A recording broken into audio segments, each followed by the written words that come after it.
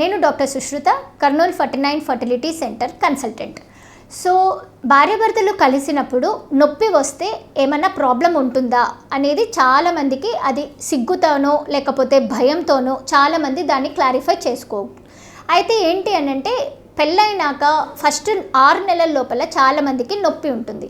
ఇది ఎందుకు అని అంటే అప్పటి వరకు అలవాటు ఉండదు కాబట్టి వజైనా అనేది అంటే శరీరం అనేది టైట్గా ఉంటుందన్నమాట.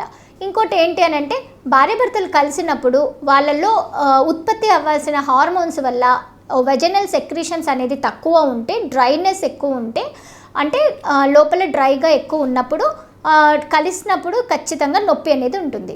ఇంకో సమస్య అంటే ఇన్ఫెక్షన్స్. భార్యలో భర్తలో ఏమైనా ఇన్ఫెక్షన్స్ ఉంటే అవి బయటికి కనిపించవు. సో అది ఎగ్జామిన్ చేస్తేనే దాంట్లో ఇన్ఫెక్షన్ ఏమైనా ఉందా అనేది తెలుసుకోవచ్చు. సో అలాంటి సిచ్యువేషన్స్లో కూడా భార్యాభర్తలు కలిస్తే నొప్పి అనేది ఉంటుంది. ఇంకో కండిషన్ ఏంటి అంటే ఎండోమెట్రియోసిస్ అంటారు. వీళ్ళకి ఏంటి అంటే గర్భసంచిలో అండాశయాలలో కొంచెము సిస్ట్లు అనేది ఫామ్ అయ్యి ఉంటాయి అన్నమాట. దానివల్ల బయట గర్భసంచి చుట్టూను ప్లస్ బయట కూడా అంటే గర్భసంచి బయటికి కూడా లోపల పేగులు అతుక్కునే అవకాశం ఎక్కువ ఉంటుంది.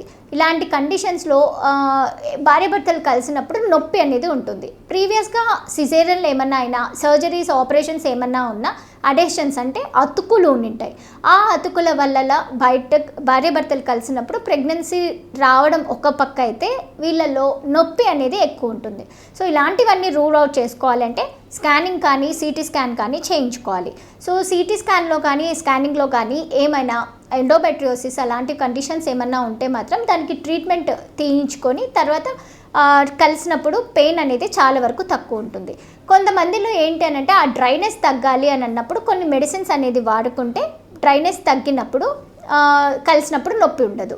ఇంకొన్ని కండిషన్స్లో ఇన్ఫెక్షన్స్. సో ఇన్ఫెక్షన్స్ ఉన్నప్పుడు భార్య భర్త ఇద్దరు కూడాను ఒక 15 రోజులు మందులు వాడితే మాత్రం సక్సెస్గా పెయిన్ అనేది తగ్గిపోతుంది అన్నమాట.